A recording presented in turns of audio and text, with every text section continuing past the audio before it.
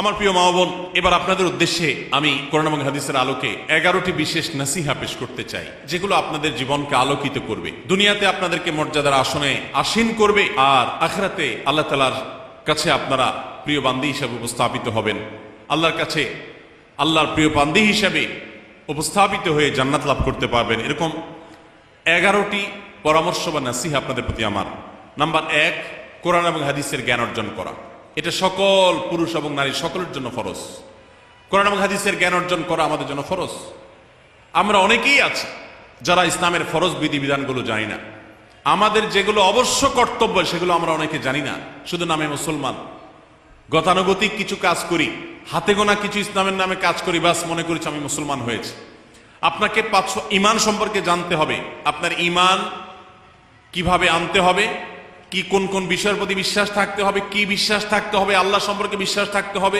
ঈমান সম্পর্কে অনেক ভুল ধারণা আমাদের আছে। আমরা আল্লাহ সম্পর্কে বিস্তারিত জানি না, আখিরাত সম্পর্কে জানি না, নবী রাসূল সম্পর্কে জানি না। এগুলো সম্পর্কে সঠিক জ্ঞান অর্জন করতে হবে। 5 ওয়াক্ত নামাজ এর বিধিবিধানগুলো, কখন কোনটা পড়তে হয়, ওয়াক্ত কখন থাকে কখন যায়, অনেক মহিলা আছেন জানেন না, অনেক নারীরা আছেন, অনেক পুরুষরা আছেন জানেন না। এগুলো জানতে হবে। ইসলামকে জানাটা অনেক গুরুত্বপূর্ণ। আর জানার জন্য কোরআনে কারীম বুঝে পড়বেন, হাদিস বুঝে পড়বেন, মাসলা মাসালের বই পুস্তক বুঝে পড়বেন ওলামাদের তত্ত্বাবধানে থেকে, এবং কোরআন এবং হাদিস শেখার যত ভালো আয়োজন উদ্যোগ আছে সেগুলোতে শামিল হবেন, জ্ঞান অর্জন করবেন। এটা ইসলামের গুরুত্বপূর্ণ একটা ব্যাপার। জ্ঞান অর্জন যদি না করেন তাহলে আপনি ইসলামের কোনো কাজ করতে পারবেন। ইসলামের সবকিছুর আগে হলো জ্ঞান অর্জন করা। সবকিছুর আগে ইসলাম সম্পর্কে ইলম অর্জন করতে হবে, কোরআন হাদিসের নলেজ অর্জন করতে হবে। নাম্বার 2, 5 ওয়াক্ত নামাজ। নবী সাল্লাল্লাহু আলাইহি সাল্লাম জান্নাতে, মেয়েদের জান্নাতে যাওয়ার শর্টকাট যে সিলেবাস দিয়েছেন, শর্টকাট যে ওয়ে বলেছেন, 4টা শর্ত দিয়েছেন। এর মধ্যে থেকে একটা হলো 5 ওয়াক্ত নামাজ ঠিকঠাক মতো যদি আদায় করেন। অনেক মহিলারা আছেন জোহরের নামাজ আসরের সময় গিয়ে আদায় করেন, আসরের কাছাকাছি আদায় করেন, কারণ গৃহস্থলী কাজে ব্যস্ত থাকেন, রান্নাবাড়ার কাজে ব্যস্ত থাকেন, গা গোসল নিয়ে ব্যস্ত থাকেন। করছি করে এই রান্না বাড়া করা, সবাইকে খাবার দাবার দেওয়া, ছেলে মেয়েকে খাবার দাবার দেওয়া, ঘর ইত্যাদি মোছা ধোয়া, এগুলো করতে করতে, নিজের গোসল টোসল করতে করতে 3টা 3:30 বেজে যায়। অনেক সময় আসর ওয়াক্তের কাছাকাছি গিয়ে তারপর জোহরের নামাজ আদায় করেন। খুবই গর্হিত একটা কাজ। আমার মা বোনরা সতর্ক থাকবেন এ ব্যাপারে, যে নামাজ সময় মতো আদায় করতে হবে।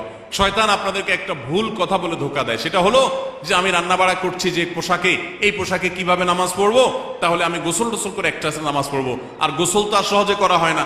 রান্না বাড়ার পরে সবাই বাড়ায় খাওয়াই দেওয়া, এরপরে ঘর দুয়ার পরিষ্কার করা, এরপরে সব কাজ শেষে গোসল করা, তারপরে গোসল করে এসে নামাজ পড়া, এসব করতে করতে শয়তান আপনার নামাজটা অনেক পিছায় দেয়।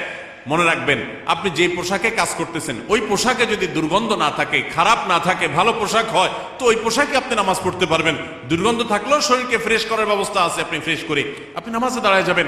এরপর নামাজ পড়ে বাকি কাজ করবেন। কাজকে বলবেন না যে নামাজকে বলবেন না যে আমার অনেক কাজ আছে, এগুলো শেষ করে নামাজ পড়বো। শয়তান আমাদেরকে ধোঁকা দেয়। এই জন্য মা বোনরা 5 ওয়াক্ত নামাজ সময় মতো আদায় করবেন, ঠিকঠাক মতো আদায় করবেন। অনেক মা বোনরা আপনারা নামাজ পড়েন, নামাজ হয় না। বাংলাদেশে বেশিরভাগ মহিলাদের, নারীদের মধ্যে একটা ভুল আছে নামাজ প্রসঙ্গে, সেটা হলো যে নামাজের মধ্যে সতরটা ভালো করে ঢাকেন না। সতর কি? মেয়েদের নামাজের মধ্যে মুখমণ্ডল ছাড়া, 2 হাতের কবজি ছাড়া তাদের মাথা থেকে পা পর্যন্ত পুরো শরীর তারা ঢেকে রাখবে। আজকাল নামাজের ওড়না পাওয়া যায়, এই ওড়নাগুলো পড়লে এই মুখমণ্ডল ছাড়া 2 হাত এক সহকারে ঢাকা থাকে, এভাবে ঢেকে রাখতে হবে। আপনি যদি নামাজ পড়েন, আপনার গলা দেখা যায়, আপনার কাঁধের কিছু অংশ দেখা যায়, চুল দেখা যায়, আপনার হাতের কনুই দেখা যায়, তাহলে সেক্ষেত্রে কিন্তু আপনার নামাজ হবে। পুরো নামাজ জুড়ে এরকম খালি থাকে এগুলো, তাহলে নামাজ হবে না। অনেক বোনরা এটা জানেন না, তাহলে নামাজটা ঠিকঠাক মতো পড়তে হবে জান্নাতে যাওয়ার জন্য।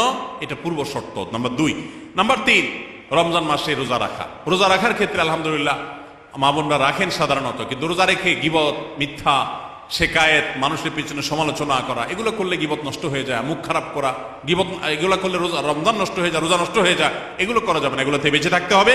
সেই সাথে অনেক মা বোন আছেন, একটু সন্তান গর্ভে আসছে, কিন্তু সন্তান দুধ কিংবা সন্ধ্যা দুধ পান করে, এই অজুহাত দিয়ে তিনি দেখা যায় যে রমজানের রোজা ঠিক মতো রাখেন না। এটা ভুল।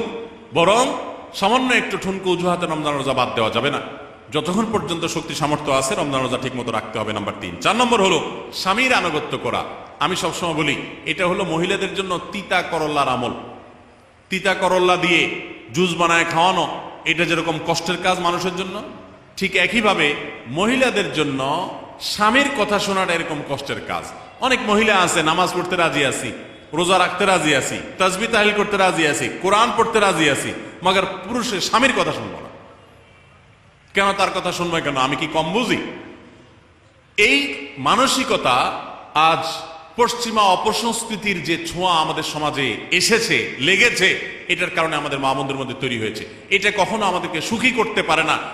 একটা ছোট মুদি দোকানেও একজনকে দায়িত্বশীল মানতে হয়, একজন মালিক হয়, আরেকজন অধীনস্থ হয়, একজন ম্যানেজার হয়, আরেকজন তার কর্মী হয়।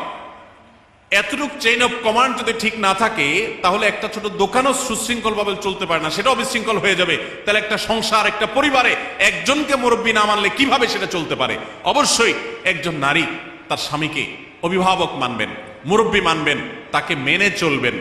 শুধু ইসলামই বলে নাই, পশ্চিমা দুনিয়ার মানুষরাও স্বীকার করে। সাবেক মার্কিন প্রেসিডেন্ট বারাক ওবামার একটা আত্মজীবনীমূলক লেখা ধারাবাহিকভাবে বাংলাদেশে একটি জাতীয় গণমাধ্যমে প্রকাশ হয়েছে অনেক বছর আগে, আমি পড়েছি। সেখানে তিনি পরিষ্কার করে বলেছেন যে আমার দাদি নানীরা পারিবারিক জীবনে যতটা সুখী ছিল, এখন আমাদের স্ত্রী, আমাদের মেয়েরা ততটা সুখী না। অথচ তাদের তাদের এত বেশি শাড়ি চুড়ি, এত বেশি সাজগোজ, এত বেশি সুখ সমৃদ্ধির উপকরণ ছিল না আজকের মেয়েদের যতটা আছে। পারিবারিক শান্তি তখন যতটা ছিল, এখন তার ধারে কাছেও নেই। এর অন্যতম কারণ হলো এটি যে আমরা পশ্চিমা অপসংস্কৃতির ছোঁয়ায় পড়ে শয়তান আমাদেরকে অতিরিক্ত স্বাধীনতার নাম দিয়া আমাদেরকে বলগাহীন স্বাধীনতার পথে নিয়ে গেছে, যেটা আমাদের ধ্বংস ডেকে এনেছে। এজন্য একজন গার্ডিয়ান, একজন অভিভাবক পরিবারে থাকতে হবে, তাকে মানতে হবে। আপনি নারী হিসাবে আপনার স্বামীটাকে যদি মনে হয় একটু বোকা কিসিমের, সে বুঝে না, আপনি অবশ্যই ডেফিনেটলি আপনি তাকে বুঝাবেন, আপনি তাকে আপনার মতামত বলবেন, তারও কর্তব্য আপনার মতামত গ্রহণ করা। কিন্তু এর মানে এই না যে আপনি তাকে ডিনাই করবেন, পাত্তা দিবেন না, অবজ্ঞা করবেন, তার কাছে জিজ্ঞেস করা ছাড়া যেদিক সেদিক যাবেন, যা খুশি তা করবেন, এটা উচিত না। আপনার জান্নাতে যাওয়ার প্রয়োজনে ওই যে তিতা করল্লা বলেছি, সে যদি কোনো দিক থেকে তাকে মানতে আপনার কষ্ট হয়, আপনার থেকে সে পিছিয়ে আসে বুদ্ধিতে জ্ঞানে, তারপরে একটু কষ্ট করে ঢোক গিলেন, একটু কষ্ট করে সবর করেন, শুধুমাত্র জান্নাতের আশায় আল্লাহ তাআলা আপনাকে মর্যাদা দিবেন, দুনিয়াতে বড় করবেন, আখিরাতে বড় করবেন। অনেক সময় দেখা যায় পুরুষতান্ত্রিক সমাজে আমাদের দেশে দেখা যায় যে পুরুষদের নানা অনাচারে মেয়েরা অতিষ্ঠ হয়। একটু সবর করেন, সন্তান সন্ততি বড় হবে, তখন আর পুরুষের এই সমস্ত জুলুম থাকবে না, পুরুষ তখন দৌড়ের উপরে থাকবে। এই বাস্তবতা আমরা প্রত্যেকটা মানুষ উপলব্ধি করার কথা। অতএব মেয়েদের, মুসলিম নারীদের অত্যন্ত গুরুত্বপূর্ণ আরেকটি বিষয় হলো 4 নম্বর, যেটি বললাম, স্বামীর আনুগত্য করা। যতটুকু সম্ভব তার সর্বোচ্চ আনুগত্য করার চেষ্টা করতে হবে, যতক্ষণ তিনি কোরআন হাদিসের কথা বলেন। স্বামী যদি কোনো অন্যায় কথা করতে বলেন, তাহলে তখন আর তার কোনো কথা শোনা যাবে না। নাম্বার 5, একজন মুসলিম নারীর জন্য তার ইজ্জতের হেফাজত অত্যন্ত গুরুত্বপূর্ণ ব্যাপার। এমন একটা সমাজে আমরা বসবাস করতেছি, পাঠ্য বইয়ে শিক্ষার নামে আমাদের সন্তানদের চরিত্র নষ্ট করে দেওয়া হচ্ছে, বিবাহ বহির্ভূত সম্পর্ক করতে তাদেরকে উস্কানি দেওয়া হচ্ছে, শিক্ষার নামে কুশিক্ষা দেওয়া হচ্ছে, যার কারণে আমার সন্তান নষ্ট হয়ে যাচ্ছে। এই জন্য আমি বলি, এমন যুবক, এমন যুবতী আজকাল সোনার হরিণ হয়ে গেছে। হাজারে 2-4 জন 10 জন যুবক পাওয়া যাবে কিনা সন্দেহ, যেই যুবক বুকে হাত রেখে বুক টান টান করে আল্লাহর শুকরিয়া আদায় করে বলতে পারবে তার যৌবনে কোনো হারাম স্পর্শ সে করে নাই, কোনো হারামের কাছে সে যায় নাই, তার চরিত্রকে সে হেফাজত করেছে, কোনো গুনাহে সে লিপ্ত হয় নাই, এরকম কথা বলার মতো যুবক খুব বেশি নাই আমাদের সমাজে। ধ্বংস করে ফেলা হয়েছে বিনোদনের নামে, শিক্ষার নামে, নানা নামে। এগুলো আমাদের দেশের সংস্কৃতি ছিল না। এদেশের মুসলমান তো বটে, এদেশের হিন্দুরাও পারিবারিক এই বন্ধনের মধ্যে থেকে তারা তাদের চরিত্রকে হেফাজত করে, বৈবাহিক সম্পর্ক ছাড়া কোন প্রকার সম্পর্কের মাধ্যমে তাদের যৌন আকাঙ্ক্ষাকে মেটায় না। এটা এদেশের মাটির, এদেশের কালচার, এদেশের মানুষের কালচার, এদেশের সকল ধরনের মানুষের কালচার। কিন্তু এদেশের সেই সংস্কৃতিকে ধ্বংস করে দেওয়া হচ্ছে ছোট ছোট বাচ্চাদের বইয়ে এই বিবাহ বহির্ভূত সম্পর্কের কথা বলে। এই জন্য সচ্চরিত্র এখন সোনার হরিণ হয়ে গেছে। নবী সাল্লাল্লাহু আলাইহি ওয়াসাল্লাম বলেছেন, মাইয়াদমান লি মা বাইনা লিহিয়াইহি ওয়া মা বাইনা রিজলাইহি আদমান লাহুল জান্নাহ। যে ব্যক্তি তার 2 চোয়ালের মাঝখানের অঙ্গ অর্থাৎ মুখ, আর যে ব্যক্তি তার 2 রানের মধ্যবর্তী অঙ্গ, তার লজ্জাস্থানকে হেফাজত করবে, অন্যায় খাতে ব্যবহার করবে না, এটার সংরক্ষণের দায়িত্ব এবং গ্যারান্টি যে ব্যক্তি নিজের ব্যাপারে নিজে নিবে, নবী সাল্লাল্লাহু আলাইহি ওয়াসাল্লাম বলেছেন, আমি তার জন্য জান্নাতের দায়িত্ব নিয়ে নিলাম। যে এটা 2টার দায়িত্ব নিতে পারবে, আমি তার জান্নাতের দায়িত্ব নিলাম। এবং নবী সাল্লাল্লাহু আলাইহি ওয়াসাল্লাম আরো বলেছেন, আকসারু মা ইউদখিলুন নাস আন-নার, মানুষকে সবচেয়ে বেশি জাহান্নামে নিয়ে যায় কোন জিনিসে? আল ফামু ওয়াল ফরজ, এই দুটি অঙ্গ, মুখ এবং লজ্জাস্থান। এই জন্য মা বোনরা, অনেকে আপনাদেরকে অনেক প্ররোচনা দিবে, অনেক গুনাহের পথে আহ্বান করবে। আপনাদের মেয়েরা স্কুল কলেজে পড়তে গেলে সেখানে অনেক অন্যায় আবেদন শুনবে, হারামের আহ্বান শুনবে। তাদেরকে সুশিক্ষা দিবেন যে আল্লাহ তাআলা তোমাকে যে চরিত্র দিয়েছে, যৌবন দিয়েছে, এটাকে যেখানে সেখানে ব্যবহার করলে হবে না। কিয়ামতের ময়দানে যুবকদেরকে আলাদা করে জিজ্ঞাসা করা হবে, তোমার যৌবনকালে কি করছো সেটা বলো, বুড়া বয়সে এসে কি করছো এটা ইম্পর্টেন্ট না, যৌবনকালে কি করে আসছো সেটার হিসাব দাও। যৌবনকে হেফাজত করার গুরুত্ব এত বেশি, আল্লাহ আলাদা করে জিজ্ঞাসা করবেন। এই জন্য মা বোনদের কর্তব্য তাদের মেয়েদেরকে, ছেলেদেরকে অসৎ চরিত্রতা থেকে হেফাজত করবেন, সংরক্ষণ করবেন, তাদেরকে বুঝাবেন, তাদেরকে সেভাবে বড় করবেন যে বিয়ে শাদীর মাধ্যমে, সাংসারিক জীবনের মাধ্যমে তোমরা তোমাদের এই জীবনকে তোমরা উপভোগ করবে। আল্লাহ তাআলা তোমাদের জন্য যে নিয়ামত রেখেছেন সেই নিয়ামত তোমরা পাবে, কিন্তু অবৈধ উপায়ে কখনো তোমরা সেদিকে পা বাড়াবে না। যারা বাড়ায় তাদের দুনিয়াতেই ধ্বংস হয়, আখিরাত তো আছেই। এই অবৈধ সম্পর্ক করে সুখে থাকে খুব কম মানুষ। যারা যত বেশি এই জগতে যায় তারা তত বেশি অসুখী থাকে দাম্পত্য জীবনে। অতএব একজন নারী, তার 5 নম্বর গুরুত্বপূর্ণ বিষয় হলো তার ইজ্জতের হেফাজত, লজ্জাস্থানের হেফাজত এবং তার চরিত্রের হেফাজত। আল্লাহ তাআলা আমাদের মা বোনদেরকে সেই তৌফিক দান করুন। অনেক সময় দেখা যায় যে সবই ঠিক আছে, আপনি সোশ্যাল মিডিয়াতে পুরুষের ছবি দেখে, ভিডিও দেখে আপনি হারাম আনন্দ পাচ্ছেন। আপনি ইমোতে, হোয়াটসঅ্যাপে, মেসেঞ্জারে বিভিন্ন পুরুষের সাথে অপ্রয়োজনীয় চ্যাটিং করছেন, কথা বলছেন, এবং সেখানে এই বেহুদা কথা থেকে অনেক অনাচার হয়ে যায়, অনেক সংসার ভেঙে যায়, অনেক পরকীয়া হয়, অনেক সংসার ধ্বংস হয়। এই জন্য আল্লাহ বলেছেন, আল্লাহ তাকরাবুজ জিনা, জেনার কাছেও যেও না, চ্যাটিংই করতে যেও না, কারণ করতে গেলে তুমি ডুবে যাবা, পরে ফিরে আসতে পারবা না। ভয়ঙ্কর এক গুহা এবং ভয়ঙ্কর এক জগৎ। এই পথ থেকে আমাদেরকে বেঁচে থাকতে হবে। আল্লাহ আমাদের তৌফিক দান করুন। নাম্বার 6, মা বোনদের জন্য গুরুত্বপূর্ণ বিষয় হলো সন্তানদের লালন পালন করা। আপনি বাজার থেকে 2-4 কেজি আম কিনে খাইছেন, এটাতে আপনি যতটা সুখী হতে পারবেন, আপনি যদি একটা আমের গাছ লাগাই দিতে পারেন তাহলে তার চাইতে অনেক বেশি সুখী হতে পারবেন, আপনি বেশি লাভবান হবেন, আপনি মনকে মন আম খেতে পারবেন, আপনার বংশধররা খেতে পারবে। নিজে আমল তো করবেনই মায়েরা, বোনেরা, পাশাপাশি সন্তানদেরকে যদি আল্লাহ ভীরু বানান, মুত্তাকি বানান, পরহেজগার বানান, কোরআন হাদিস শিখান, তাদেরকে যদি পর্দা শিখান, তাদেরকে যদি চরিত্রের হেফাজত শিখান, তাদেরকে যদি ভালো মানুষ বানানো শিখান, তাহলে আপনি আম গাছ লাগানোর মতো ফলের গাছ লাগাই গেলেন, সওয়াবের গাছ লাগাই গেলেন। দুনিয়া থেকে চলে যাবেন, নেক সন্তানের আমল যেগুলো আপনি শিখাই দিয়ে গেছেন এগুলোর সওয়াব আপনি পেতে থাকবেন। ছেলেটাকে সূরা ফাতিহা নিজে শিখাবেন, মেয়েটাকে সূরা ফাতিহা নিজে শিখাবেন, নিজে ভালো করে শিখবেন। তাহলে কিয়ামত পর্যন্ত, মরণ পর্যন্ত এই ছেলে যতবার সূরা ফাতিহা পড়বে প্রত্যেক নামাজে আপনি কিন্তু সওয়াব পেয়ে থাকবেন, কারণ আপনি শিখাই দিয়ে গেছেন, আপনি শুরুটা করে দিয়ে গেছেন। এই জন্য মা বোনদের জন্য সন্তানদের লালন পালন করা, সন্তান দুধে ভাতে আছে কিনা, ভালো জামা কাপড় পরছে কিনা, এর চাইতে ইম্পর্টেন্ট হলো সন্তান আমার নামাজ পড়ছে কিনা, সন্তান আমার আল্লাহকে চিনে কিনা, সন্তান আমার কোরআন হাদিসের শিক্ষা পেয়েছে কিনা। সন্তান একদিন স্কুলে যায় না, তার জন্য আমার মাথা খারাপ হলে, সন্তান একদিন নামাজ পড়ে না এক ওয়াক্ত, তার জন্য আরো বেশি মাথা খারাপ হতে হবে। তাহলে আপনি দায়িত্বশীল মা হতে পারবেন, দায়িত্বশীল বাবা হতে পারবেন। মনে রাখবেন, নবী সাল্লাল্লাহু আলাইহি ওয়াসাল্লাম বলেছেন, প্রত্যেকটা শিশু জন্মগ্রহণ করে ভালো মানুষ হয়ে, কেউ জন্মগতভাবে খারাপ হয় না, ডাকাত হয়ে জন্মায় না, তবে তার মা বাপ তাকে নষ্ট করে। কারণ মা বাপ তাকে ঠিক মতো লালন পালন না করে, ভালো পরিবেশ দেয় না, খারাপ ছেলেফেলের সাথে মিশে, তখন সে নষ্ট হয়। এই জন্য আপনার দায়িত্ব সন্তান কার সাথে মিশছে, কোথায় যাচ্ছে, কি করতেছে, মোবাইলে কি দেখছে, সন্তানকে সময় দেন, মোবাইল টিপাটিপি বন্ধ করেন, তাদেরকে নিয়ে বসেন, তাদেরকে কথা শোনান, কোরআন হাদিস পাঠ করে শোনান, তাদেরকে ভালো পরিবেশ দেন, ভালো ফ্যামিলির, দিনদার ফ্যামিলির বাচ্চাদের সাথে তাদেরকে মিশান। ইনশাআল্লাহ আপনি আল্লাহর কাছে এর জন্য উত্তম বিনিময় পাবেন, সওয়াব পাবেন।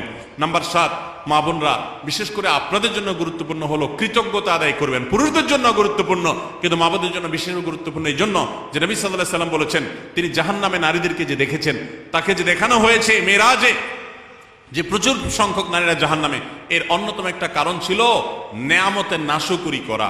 পুরুষদের মধ্যেও নাশকরির কারণে বহু পুরুষ জাহান্নামে যাবে। মা বোনরা, স্বামী এবং নিজের জগতে যতটুকু আল্লাহ তাআলা দিয়েছেন এতটুকুর উপর শুকর আদায় করবেন। আপনার স্বামী মানুষটা হয়তো মুখটা খারাপ, কিন্তু তার শরীরটা ভালো আছে, সে আপনাকে উপার্জন করে এনে খাওয়ায়। অনেক মহিলা আছে, তার স্বামী হয়তো অ্যাক্সিডেন্ট করে পঙ্গু হয়ে গেছে, সে হয়তো বিছানা শুয়ে বাকি জীবন কাটিয়েছে, তার কষ্টের কোনো শেষ নাই। আপনার স্বামী হয়তো বা তার কোনো দিক থেকে দুর্বলতা আছে, আবার বহু দিক থেকে তার ভালো গুণ আছে। একই কথা পুরুষদের জন্য ইসলাম নির্দেশ করেছে যে তার স্ত্রীর একটা গুণ খারাপ দেখে যদি তার কষ্ট লাগে তো সে চিন্তা করলে 10টা গুণ ভালো দেখবে, সেটা দেখে শুকর আদায় করা উচিত। এই শুকরিয়া আদায় করা ছাড়া পুরুষ হোক নারী হোক কেউ আল্লাহর প্রিয় বান্দা হতে পারবে না। এজন্য আল্লাহর কাছে শুকরিয়া আদায় করবেন।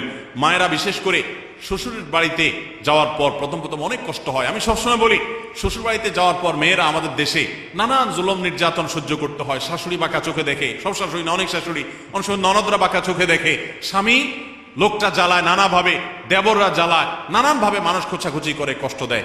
একটু ধৈর্য ধারণ করেন, আল্লাহ তাআলা আপনার সংসারে যখন 2-4টা সন্তান দিবে, এরা যখন বড় হয়ে যাবে, এগুলো সব আপনার বাহিনী হয়ে যাবে, তখন দেখবেন ওই বুড়া আস্তে আস্তে চুপসে গেছে, বুড়ার বড় কোনো গলা নাই, বড় কোনো কথা নাই, কারণ পোলাপান সব মায়ের পক্ষে থাকে, বুড়া সব আস্তে আস্তে সাইজ হয়ে যায়। এই জন্য মা বোনরা সবর করবেন, ধৈর্য ধারণ করবেন, খবরদার ধৈর্য হারা হবেন না, শুকর আদায় করবেন।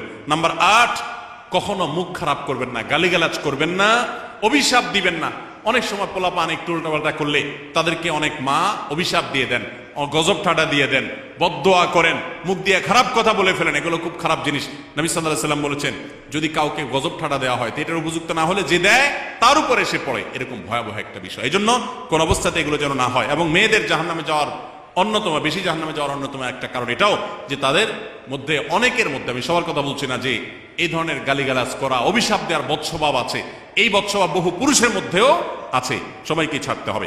নাম্বার 9, আত্মীয়তার বন্ধন রক্ষা করার পরে দায়িত্বশীল হতে হবে। স্বামীকে স্বামীর ভাই বোনের সাথে সম্পর্ক ভালো রাখতে কখনো বাধা দিবেন না। অনেক মহিলা আছে বোকার মতো কাজ করে। স্বামী যদি স্বামীর ভাইকে টাকা পয়সা দেয় সে অপছন্দ করে, স্বামী যদি স্বামীর বোনকে টাকা পয়সা দেয় সে এটাকে পছন্দ করে না, মা বাবার খোঁজ খবর বেশি নিলে তার কাছে ভালো লাগে না। এই মহিলা হলো নির্বোধ। কেন নির্বোধ? কারণ নবী সাল্লাল্লাহু আলাইহি ওয়াসাল্লাম বলেছেন যে মান সাররাহু আইয়ুবসাতালাহু ফি রিজকিহি আও ইউনসালাহু ফি আথারি ফালিয়াসিল রাহিমা, যে ব্যক্তি চায় তার রিজিকে আল্লাহ বরকত দেখ, তার হায়াতে বরকত দেখ, সেই জন্য রক্ত সম্পর্কে আত্মীয়দের সাথে সম্পর্ক বেশি ভালো রাখে। তাহলে আপনার স্বামীর রিজিক বেশি হোক, টাকা পয়সা বেশি হোক, তার হায়াতে বরকত হোক, এটা যদি আপনি চান তাহলে আপনি বরং তারা উৎসাহিত করা উচিত। তোমার ভাইটার খবর নাও, তোমার বোনটার বাড়িতে যাও, তোমার মা বাপের খেদমত করো, তাদের সাথে যত সম্পৃক্ত থাকবে আপনার স্বামীতে আল্লাহ তাআলা তত বরকত দান করবেন। এই জন্য তাকে সেটা করবেন। আবার পুরুষদেরও উচিত মেয়েদেরকে সুযোগ দেওয়া, তারা তাদের বাপ, মেয়েরও তো কর্তব্য আছে তার বাপ মার প্রতি, বাপ মার খেদমত করবে, বাপ মার জন্য হাদিয়া তোফা দিবে। অনেক পুরুষরা আছে মেয়েদের পাওনা অধিকারই দেয় না, হাদিয়া তোফা কোত্থেকে দিবে, তাদের মহরটাই দেয় না, তাদের হাত খরচ দেয় না। আলাদা কিছু হাত খরচ দেওয়া উচিত, যে তার মতো সে খরচ করবে, তার মা বাপের জন্য খরচ করবে। এগুলোর বিনিময়ে আমরা আল্লাহর কাছে জান্নাত পাবো। অতএব এই আত্মীয়তার সম্পর্ক রক্ষা করা গুরুত্বপূর্ণ। নাম্বার 10, সাদাকা করবেন। সাদাকা জাহান্নাম থেকে মুক্তির কারণ। নবী সাল্লাল্লাহু আলাইহি ওয়াসাল্লাম জাহান্নামের ব্যাপারে সতর্ক করেছেন আপনাদেরকে, আমাদের সবাইকে। অতএব সাদাকা দিলে জাহান্নাম থেকে মুক্তির একটা পথ আমরা পাই, সুগম হয়। এবং নবী সাল্লাল্লাহু আলাইহি ওয়াসাল্লামের সময় মহিলা সাহাবীরা তাদের গহনা খুলে আল্লাহর রাস্তায় দান করতেন। এজন্য মসজিদ, মাদ্রাসা, বিভিন্ন গুরুত্বপূর্ণ যে দানের খাতগুলো আছে সেগুলোতে বেশি বেশি দান করবেন, বেশি বেশি আল্লাহর রাস্তায় ব্যয় করবেন, যতটুকু তৌফিক আছে ততটুকু। এখন মহিলারা দান করবে কোত্থেকে? পুরুষরা মহরের টাকাই পরিশোধ করে না, বেচারে দান করবে কোত্থেকে? এই জন্য পুরুষরা দায়ী হবে। এবং মহিলারাও তাদের মহরের টাকা যেন অনাদায় না থাকে, তারা যেভাবে চেষ্টা করলে হয় সেভাবে চেষ্টা করবেন। এবং তাদের হাত খরচ আলাদা দেওয়া উচিত, এবং তারা পর্দার মধ্যে থেকে তাদের মতো উপার্জনও করতে পারেন, সেটাও শরীয়ত তাদের জন্য সুযোগ রেখেছে। যেভাবে হোক তারাও সাদাকার চেষ্টা করবেন। 11 নম্বর সর্বশেষ হলো সময়ের অপচয় করবেন না। এখন এমন একটা সময় চলছে বেশিরভাগ মানুষ জাহান্নামে যাবে, যেই কারণে আজকের যুগে সবচেয়ে বেশি আমরা বিপদগামিতার মুখে যাচ্ছি, যে কারণে সেটার অন্যতম হলো এই স্মার্টফোনের অপব্যবহার। আমরা অনেকে আছি টেলিভিশনের বিভিন্ন সিরিয়ালে আসক্ত, অনেকে আছি বিভিন্ন নাটক সিনেমায় আসক্ত, অনেকে আছি ফেসবুক এবং ইউটিউব এগুলোতে আসক্ত। বিশেষ করে মা বোনদেরকে বলছি, অনেকেই আছেন এখনো রিমোট ছাড়া তার পেটের ভাত হজম হয় না, সারাদিন রিমোট হাতে বসে থাকেন, একটার পর একটা সিরিয়াল এবং চ্যানেল পাল্টাতে থাকেন। মনে রাখবেন, সফল ইমানদার হতে হলে এই অনর্থক কাজ না ছাড়লে আপনি সফল ইমানদার হতে পারবেন না। অনেকে নামাজে পড়ে আবার সিরিয়ালও দেখে, অনেকে আছেন ফেসবুকে ঘন্টাকে ঘন্টা, ইউটিউবে ঘন্টা ঘন্টা সময় নষ্ট করেন। এর জন্য আল্লাহর কাছে জবাবদিহি করতে হবে। কিয়ামতের ময়দানে আল্লাহ তাআলা কয়েকটা প্রশ্ন উত্তর দেওয়া ছাড়া একজন মানুষকেও নড়তে দিবেন না। এর ভিতরে একটা হলো যে তোমার সারা জীবনে কি অর্জন করেছো। সময়ের অপচয় করা যাবে না। সময় হলো জীবনের সবচেয়ে মূল্যবান সম্পদ। অতএব আল্লাহ তাআলা আমাদের সবাইকে জীবনের এই অমূল্য সম্পদ সময়কে সংরক্ষণ করার তৌফিক দান করুন। মা বোনরা, আপনাদেরকে আমি আল্লাহর ওয়াস্তে উপদেশ করতেছি, যারা বদভ্যাস আছে ফেসবুক ইউটিউবে ঘন্টা ঘন্টা পড়ে থাকার, প্রয়োজনে এগুলো সব ডিলিট করে দেন মোবাইল থেকে। প্রয়োজনে আপনি এই মোবাইল বিক্রি করে বাটন ফোনে চলে যান, নিজের বদ অভ্যাসকে নিয়ন্ত্রণ করতে না পারলে প্রথমে চেষ্টা করেন, এরপর না পারলে প্রয়োজনে বাদ দিয়ে দেন। আল্লাহর জন্য যদি এই ত্যাগটা করেন, কিয়ামতের ময়দানে বলতে পারেন, আল্লাহ গুনাহ থেকে বাঁচার জন্য, তোমাকে খুশি করার জন্য আমি স্মার্টফোন পর্যন্ত রাখি নাই, বাটন ফোনে চলে গেছি। আল্লাহ তাআলা খুশি হবেন ইনশাআল্লাহ বিইذنিল্লাহ। বহু মায়েরা তাদের সন্তান নষ্ট হয়ে যাচ্ছে এই মোবাইলের আসক্তি, সিরিয়ালের আসক্তির কারণে। তাদের স্বামীর সাথে সম্পর্ক নষ্ট হয়ে যাচ্ছে এই সমস্ত আসক্তির কারণে। অনেক গুনাহের পথে তারা চলে যাচ্ছেন এই সমস্ত আসক্তির কারণে। এই জন্য এগুলোকে নিয়ন্ত্রণ না করলে আপনি কখনো নেককার হতে পারবেন না। আপনার সন্তানকে মোবাইল দেখে খাওয়াবেন না। আমি আমার সন্তানকে মোবাইল দেখে খাওয়াই না। আমরা সব জায়গায় বলি মোবাইল দেখা, কার্টুন দেখায়, মোবাইল দেখায় বাচ্চাকে খাওয়াবেন না। বাচ্চা কাচ্চা এখন ক্রেজি হয়, আতপাগল কিসিমের হয়, জিদি হয়, বদমেজাজি হয়, ভাঙচুর করে। কেন হয়? কারণ সারাদিন আপনি ওর মোবাইলে কি দেখান? কার্টুন দেখান। কার্টুন মানে কি? মার মার, কাট কাট, হ্যাঁ, সবকিছু ধ্বংস করে ফেলা, গুলি করা, বোমা মারা, হ্যাঁ, সাপ হয়ে সব খেয়ে ফেলা, এটাই তো। এগুলো বাচ্চাদেরকে ক্রেজি করে, বাচ্চাদেরকে মানসিকভাবে অসুস্থ করে, ধ্বংস করে দেয়। তাদেরকে ফিজিক্যাল খেলাধুলা, শারীরিকভাবে করতে পারে এরকম খেলাধুলার ব্যবস্থা করেন, দৌড়াদৌড়ি করার ব্যবস্থা করেন। বাচ্চারা সুস্থ থাকবে, ভালো থাকবে। মোবাইল থেকে তাদেরকে বাঁচান, টেলিভিশন থেকে তাদেরকে বাঁচান, এবং কার্টুন থেকে, ভিডিও গেমস থেকে তাদেরকে বাঁচান। না বাঁচাতে পারলে আপনার দুনিয়া আখিরাত সব ধ্বংস হয়ে যাবে। অতএব আজকের এই মাহফিল থেকে আসুন প্রতিজ্ঞা করি যে আমরা সময় নষ্ট করব না, সময়ের অপচয় করব না, প্রয়োজন ছাড়া মোবাইল হাতাহাতি গাটাগাটি করব না, ঘন্টায় ঘন্টা মোবাইলকে সময় দিব না। অনেক মেয়েরা আছেন, অনেক পুরুষরা আছেন, এই একটি অপকর্মের কারণে তার শিক্ষা জীবন ধ্বংস হয়ে যায়, চাকরি নষ্ট হয়ে যায়, ব্যবসা লাডে উঠে, মা বাবার সাথে সম্পর্ক নষ্ট হয়, স্বামী স্ত্রীর সম্পর্ক নষ্ট হয়, সাংসারিক জীবন ধ্বংস হয়ে যায়, সবকিছু ধ্বংস হয়ে যায় শুধু এই মোবাইল ফোনের অনিয়ন্ত্রিত ব্যবহার করার কারণে। যারা মোবাইলকে নিয়ন্ত্রণ করতে পারেন না, ডাইরেক্ট হয়ে গেছেন, সারাক্ষণ হাতে মন চায়, তারা একটা শক্ত সিদ্ধান্ত নেন, প্রয়োজন আমি স্মার্টফোন বিক্রি করে দিব। 6 মাস 8 মাস আপনি কিছুদিনের জন্য, 1 বছরের জন্য বাটন ফোনে চলে যান, এরপর আবার ব্যাক করলে আশা করা যায় আল্লাহ আপনাকে হেফাজত করবেন। এবং ইসলামের নাম দিয়ে, অনেকে বলে আমি ইউটিউবে ওয়াজ শুনি, ফেসবুকে ওয়াজ শুনি, ওয়াজের নাম দিয়া আপনি যে কি করেন কি না করেন সেটা আপনার আরশের মালিক সবই জানেন। অতএব যে ওয়াজ শুনতে গিয়ে আপনার আকাম কুকাম করা লাগে, খারাপ জিনিস দেখা লাগে, ওই ওয়াজ শোনার কথা আপনাকে ইসলাম বলে নেই। আল্লাহ তাআলা আমাদের সবাইকে সবগুলো বিষয় আমল করার তৌফিক দান করুন। আমরা আবারও বলছি, আজকে আমাদের মা বোনদেরকে লক্ষ্য করে বিশেষ করে যে 11টি করণীয় আপনাদের জীবনকে সোনালী জীবনে পরিণত করতে পারে, আপনাদের জীবনটাকে সমৃদ্ধ করতে পারে, সুখী করতে পারে, এবং আল্লাহর কাছে আপনাদেরকে জান্নাতের উপযুক্ত করবে। কিয়ামতের ময়দানে সুন্দর হাসি, সুখের হাসি, তৃপ্তির হাসি আপনাদেরকে হাসাবে ইনশাআল্লাহ। সেই 11টি নসিহা, সেই 11টি বিষয়ের প্রথমটি হলো কোরআন এবং হাদিসের জ্ঞান অর্জন করবেন। অনেক ভালো ভালো বই আছে কোরআন হাদিস ভিত্তিক, সেগুলো পড়বেন। দিন শিক্ষার যত আয়োজন আছে সেগুলোর সাথে সম্পৃক্ত হবেন।